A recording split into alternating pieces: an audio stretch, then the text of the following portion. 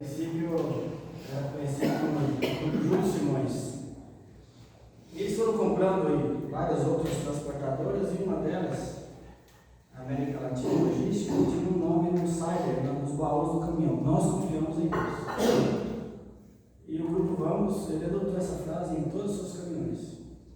É um grupo, hoje, com mercado, com capital aberto em bolsa de valor, é o maior do Brasil e tem um monopólio praticamente da logística no Brasil, tanto portuária, terrestre e ferroviária. E no baú desses caminhões está escrito lá, vocês vão encontrar registrado aí: nós confiamos em Deus. E se todos nós aqui, se eu for perguntar para cada um aqui, você confia em Deus? Obviamente, a resposta será sim. Né? Nenhum de nós aqui vai dizer que não confia em Deus, porque não faz sentido. Estar aqui nesta noite, todos aqui todos são conhecidos de todos confessam Jesus Cristo como Salvador. Então, podemos afirmar que nós confiamos em Deus. Josué usou uma palavra aqui na sua oração, que é a palavra teoricamente. Teoricamente, todos nós confiamos em Deus. E espero que, praticamente, todos nós aqui confiamos em Deus. Não podemos ficar na teoria, temos que ir para a prática.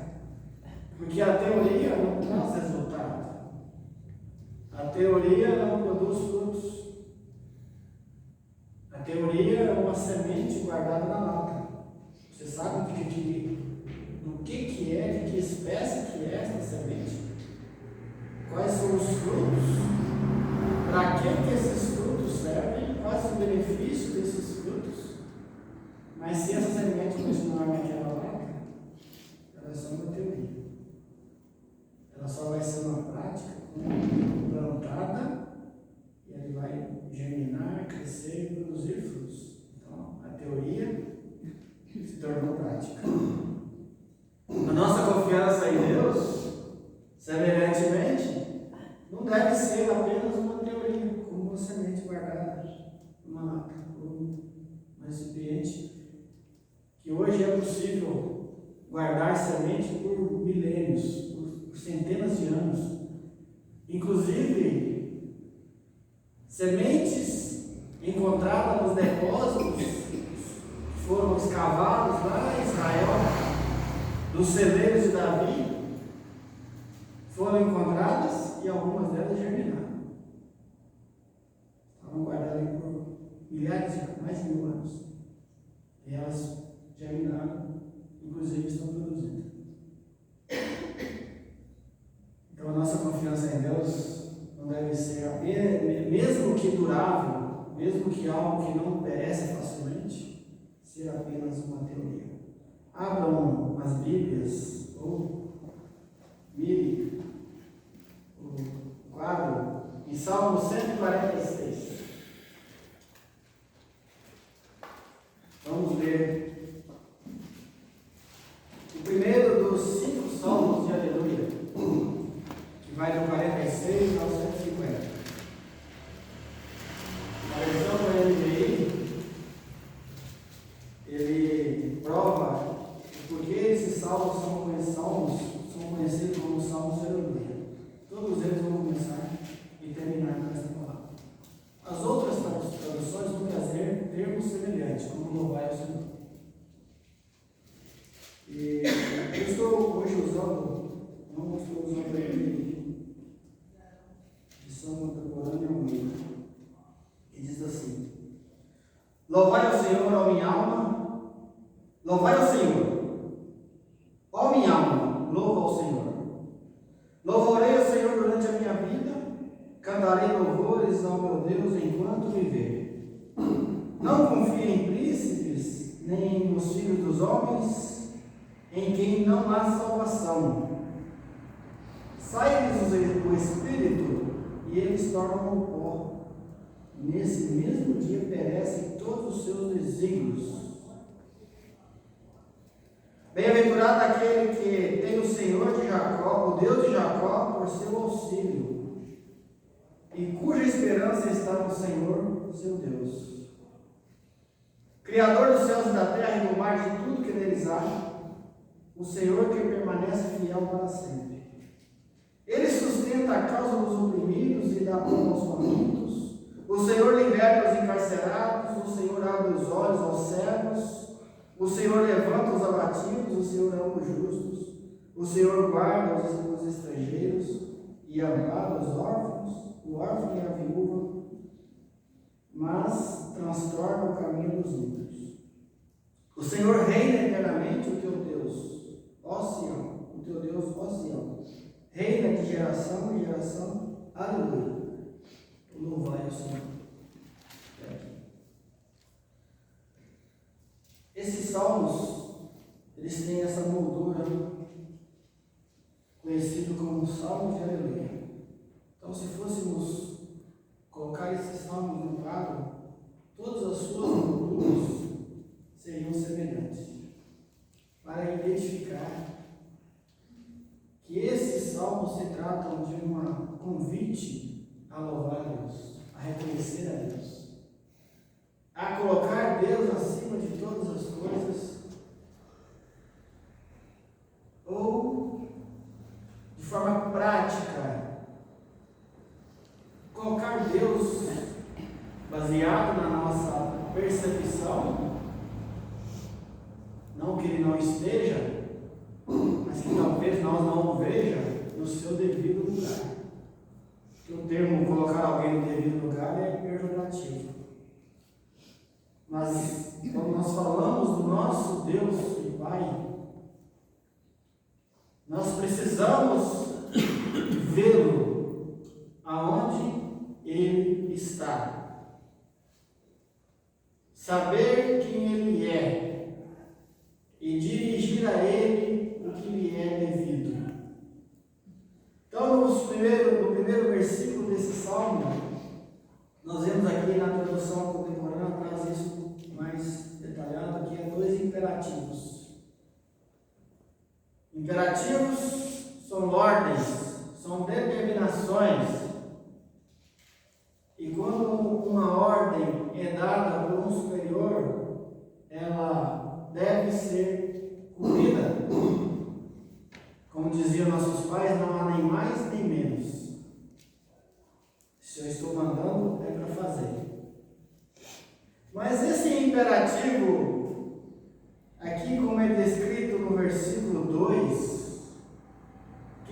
que traz para nós um diálogo muito interessante entre o ser humano e o seu interior. Muitas das vezes já ouvimos a frase, ouvir a voz do coração. Mas aqui o salmista, ele está tendo um diálogo consigo mesmo, e essa sua sensatez interior está dando uma ordem imperativa a ele, que ele deva louvar ao Senhor. Talvez seja o diálogo mais sincero no qual nós temos, quando nós procuramos dentro de nós tecer, criar esse diálogo. O que o homem insensato que teve uma farta colheita diz no seu interior? Como? Folga. Vou destruir esse celeiro, vou construir outros maiores, vou armazenar uma grande quantidade de alimento e direi à minha alma: come, farta-se, folga-se. Esse é um diálogo interior. Alguém conversando com ele mesmo. Mas era um diálogo de um insensato. Não era uma conversa de alguém com sensatez, com juízo, ou com temor e conhecimento de Deus. O contrário do que o salmista está dizendo aqui consigo mesmo. Louvai o Senhor, ó minha alma,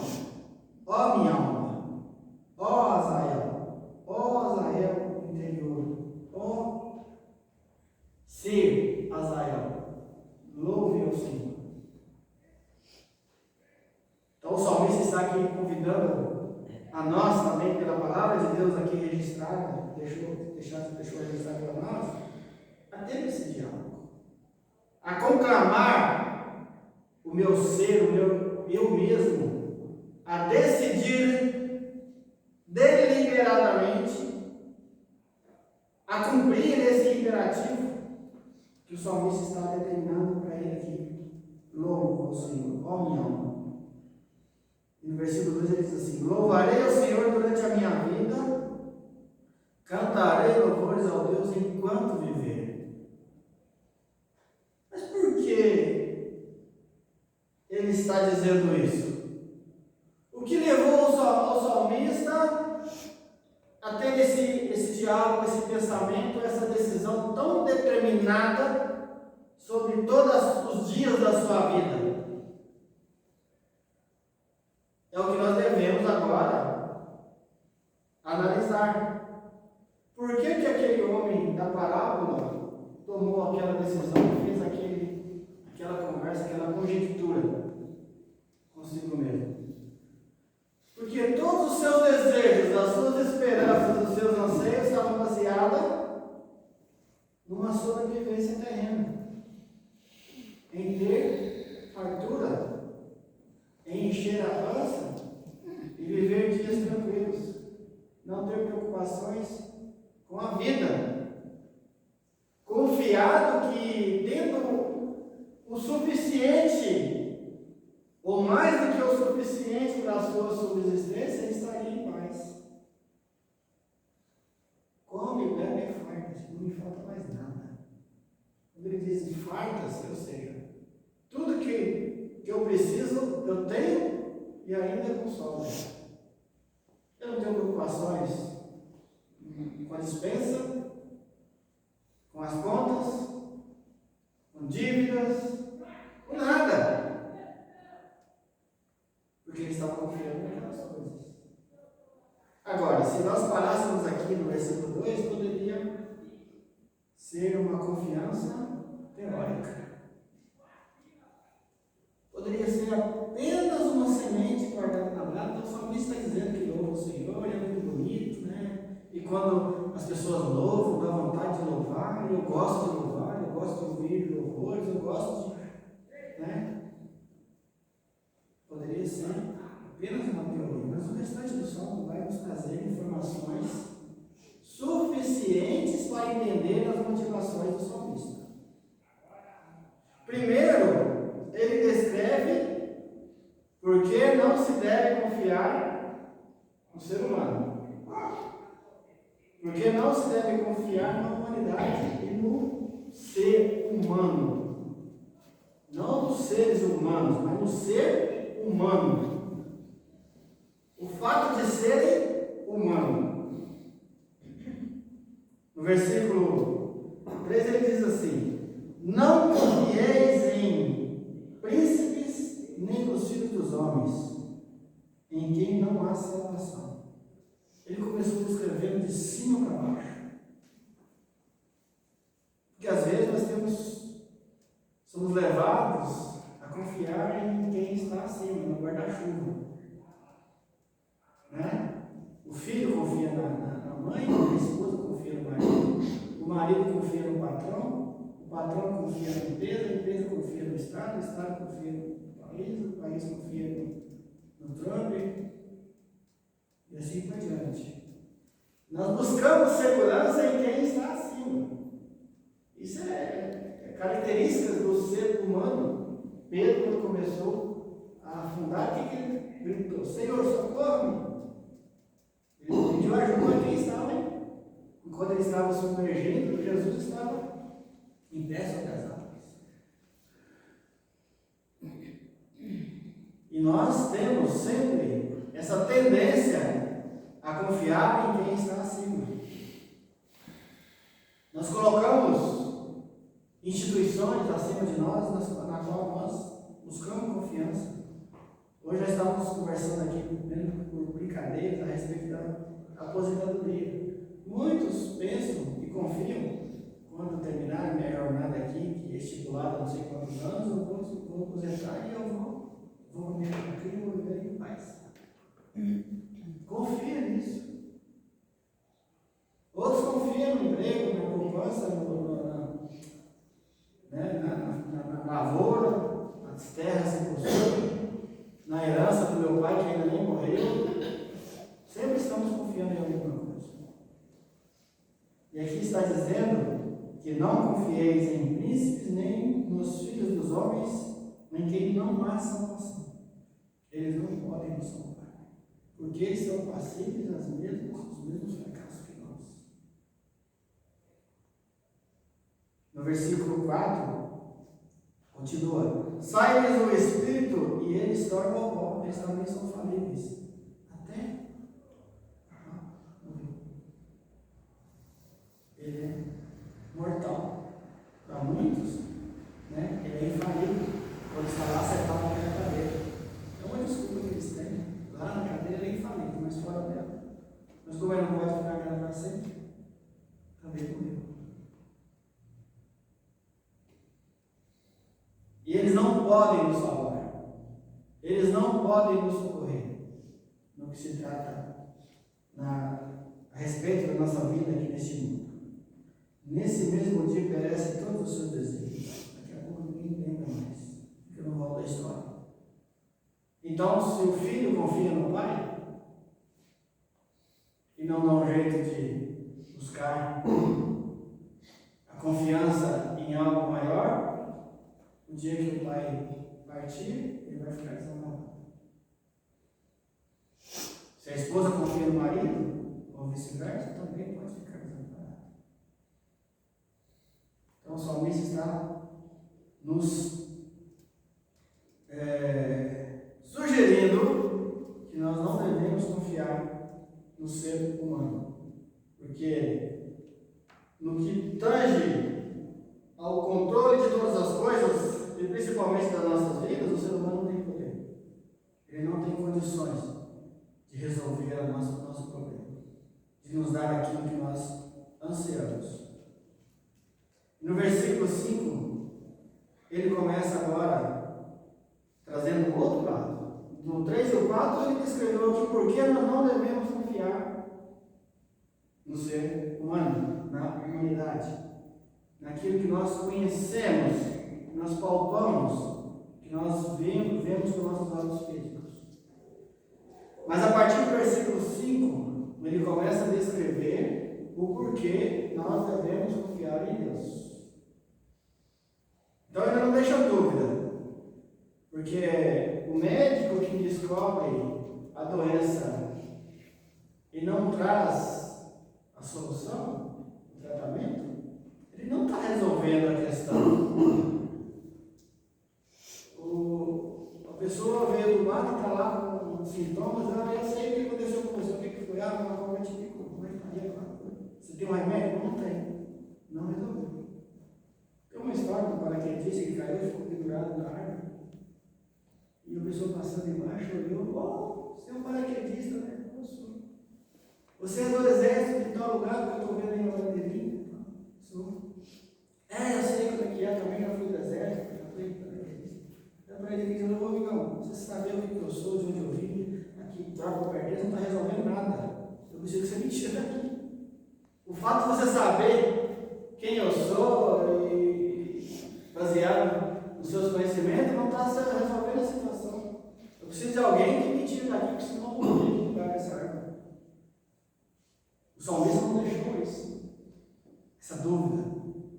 Agora ele traz o porquê nós devemos conhecer a Deus e não confiar no ser humano, e porque Deus é digno de confiança. Bem-aventurado aquele que tem o Deus de Jacó por seu auxílio e cuja esperança está no Senhor seu Deus. Feliz é aquele que tem o Deus de Jacó por seu auxílio e cuja esperança está no Senhor seu Deus. Por quê? Por que eu devo confiar nesse Deus? O que significa Deus de Jacó? Por Por que ele tem condição de me auxiliar? Me explica. Aí no versículo 6 ele diz: por quê? Ele é o Criador dos céus e da terra, do mar, de tudo que nele há. Dos céus e da terra e do mar, e de tudo que nele há. Nós estamos aonde? Na terra, no planeta Terra. Então, se ele criou os céus, a terra e o mar e tudo que nele há, ele nos criou. Então, ele tem condições de trazer soluções para nós, resolver o nosso problema de forma prática. Não é só na teoria. Então nós devemos confiar em Deus porque Ele é o Criador. E se Ele é o Criador, Ele tem as prerrogativas para que nós confiamos nele. Ele continua. O Senhor que permanece fiel para sempre. Ele é fidedigno. Tudo que Ele falou, tudo que Ele prometeu, se cumpriu e vai se cumprir.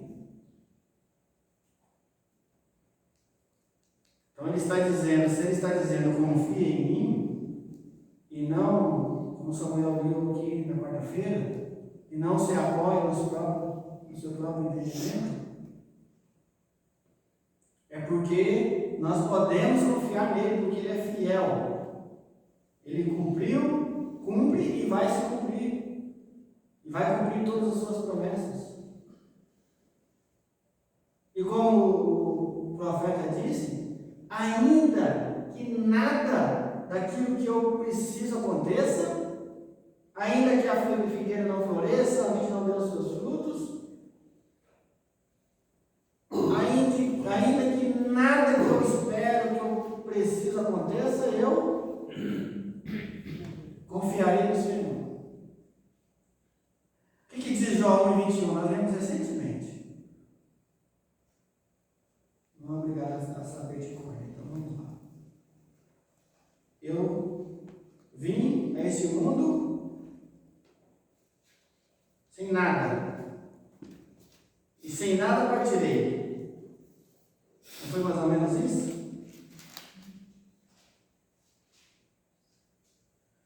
Nu saí do ventre da minha mãe, e nu tornarei para lá. O Senhor o deu, e o Senhor o tomou. De que Jó está falando aqui? De alguma coisinha que ele perdeu? Ele está falando de tudo que ele tinha, de filhos, noras, netos, bens materiais em grande quantidade. Não foi pouca coisa que ele perdeu. Mas o que ele diz? O Senhor me deu, o Senhor tomou. Bendito seja o nome do Senhor. Bendito seja o nome do Senhor. Que impressionante isso aqui, né? Que prática. Ele sustenta a causa dos oprimidos. Por mais que nós não confiemos nele e achamos que estamos sofrendo mais do que nós merecemos, de que Deus não está ouvindo as minhas orações, que Deus não está atento às minhas necessidades, a palavra diz que ele sustenta os oprimidos. Então não há por que colocar a culpa em Deus. A culpa é minha, é sua, que não está confiando em Deus, não em Deus, porque a palavra está dizendo que ele sustenta os oprimidos, dá pão aos famintos. Quantas vezes nós estamos preocupados com o básico da sobrevivência, que é a alimentação? Será que o salário vai dar para fazer a compra esse mês? Será que eu vou conseguir pagar o cartão que eu passei lá no supermercado? A palavra de Deus está dizendo que ele dá pão aos famintos. E o salmista disse que já foi velho, já foi novo, e agora ele é velho. Nunca viu o justo desamparado, nem a sua descendência mendigar o pão, e mesmo assim nós ainda, de vez em quando, temos medo da escassez, da falta. Sofremos com isso, mesmo a palavra dizendo que Deus nos sustenta, que dá pão aos famintos. não desampara a sua descendência. E ele continua: liberta os encarcerados. Mas nós não estamos presos, nunca fui à prisão, mas nós sabemos que ele fez a maior libertação de todas, que era nos libertar do pecado, das garras de Satanás e das prisões que Satanás, o príncipe desse mundo, colocou todos aqueles que ainda não confiavam em Deus. E todos aqueles que ainda não confiam em Deus, como nós acabamos de ouvir aqui os hinos, confiar, descansar, crer no seu agir.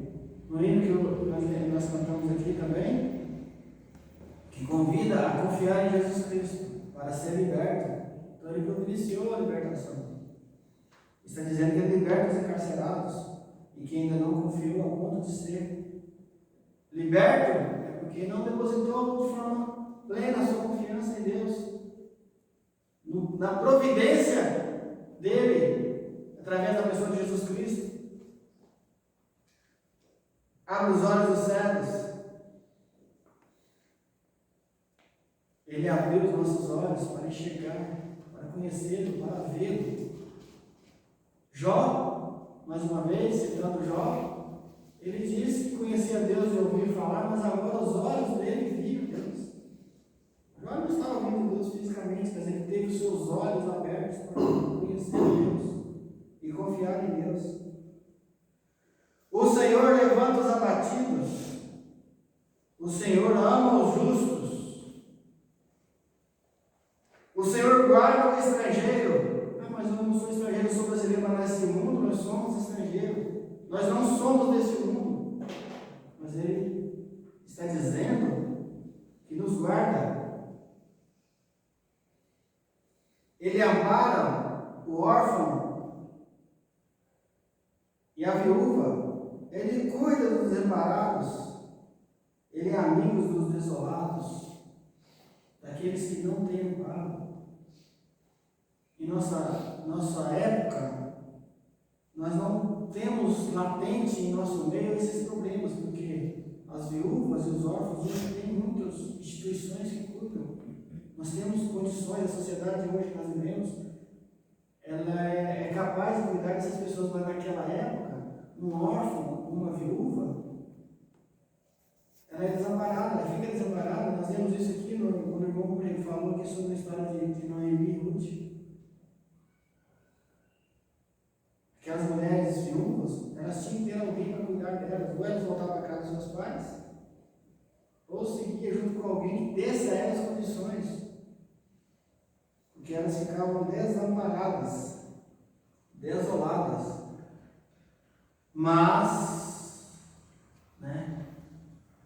Mas transtornam o caminho dos ímpios.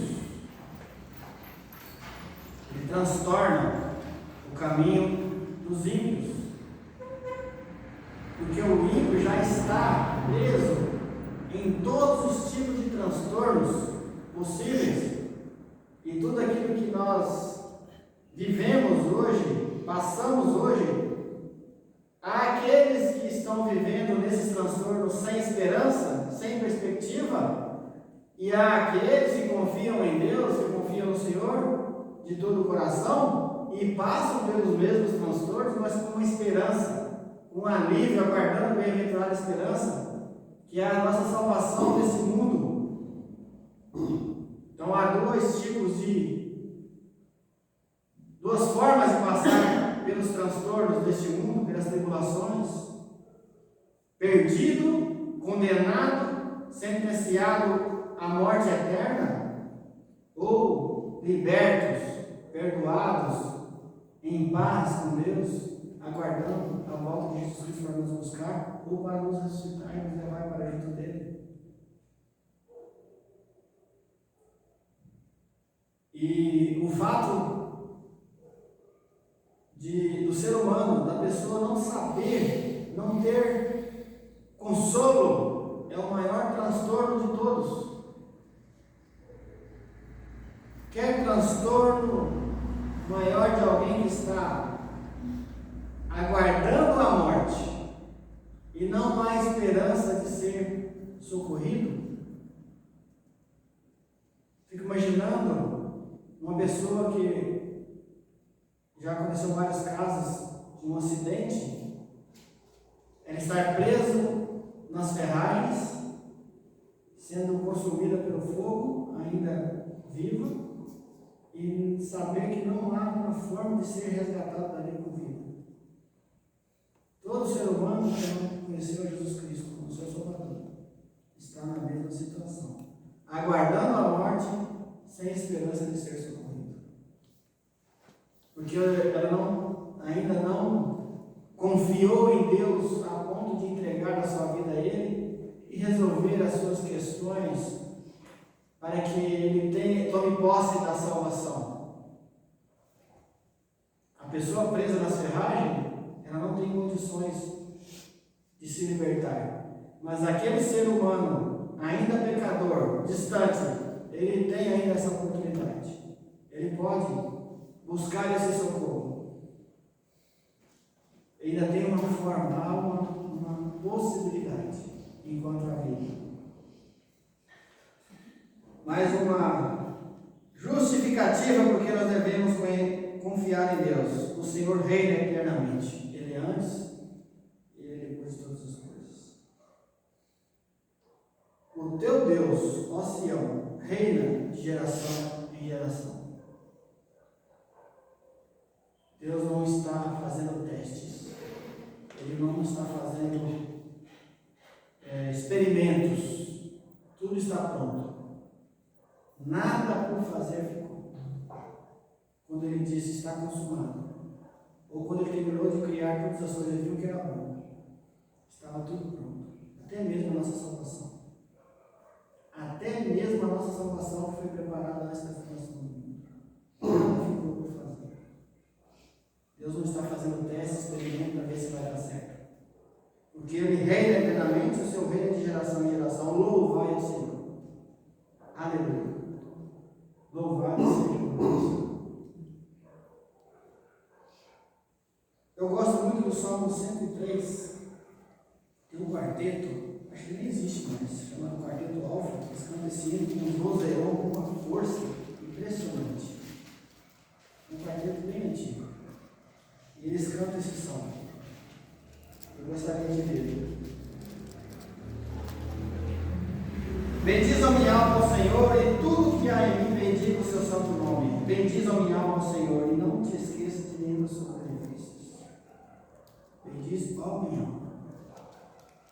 É Ele quem perdoa as tuas iniquidades e sara todas as tuas enfermidades. Quem redime a tua vida da perdição e te coroa de amor e de compaixão. Que enche a tua boca de bens, de sorte que a tua mocidade se renova como a da águia. O Senhor faz retidão e justiça a todos os oprimidos. Fez notórios os seus caminhos a Moisés e seus filhos, os filhos de Israel. Compassivo e piedoso é o Senhor, lento para a cólera e abundante em amor. Não repreenderá perpetuamente, nem para sempre conservará sua ira. Não nos tratou segundo os nossos pecados, nem nos retribuiu segundo as nossas iniquidades. Pois quanto o céu está elevado acima da terra, assim grande é o seu amor para com os que o temem. Quanto está longe o Oriente do Ocidente, assim afasta de nós as nossas transgressões. Como um pai se compadece dos seus filhos, assim o Senhor se compadece daqueles que o temem, pois Ele conhece a nossa estrutura e se lembra de que somos pó. Quanto ao homem, os seus dias são como erva, e como a flor do campo, assim floresce. Passando por ela o vento, logo se vai, e o seu lugar não conhece mais. Mas o amor do Senhor é de eternidade em eternidade, e sobre aqueles que o temem, a sua retidão. E sobre aqueles que o temem, e a sua retidão sobre os filhos dos filhos, sobre aqueles que guardam as suas alianças, a sua aliança, e sobre os que se lembram dos seus mandamentos para os cumprirem. O Senhor estabeleceu o céu, o seu trono nos céus. O Senhor domina sobre tudo. Bendizei ao Senhor anjos seus, magníficos em poder, que cumpris as suas ordens e que obedeceram a sua voz. Bendizei ao Senhor todos os seus exércitos celestiais, vós ministros seus que executais a sua vontade. Bendizei ao Senhor todas as suas obras, em todos os lugares do seu domínio. Bendizem, ó minha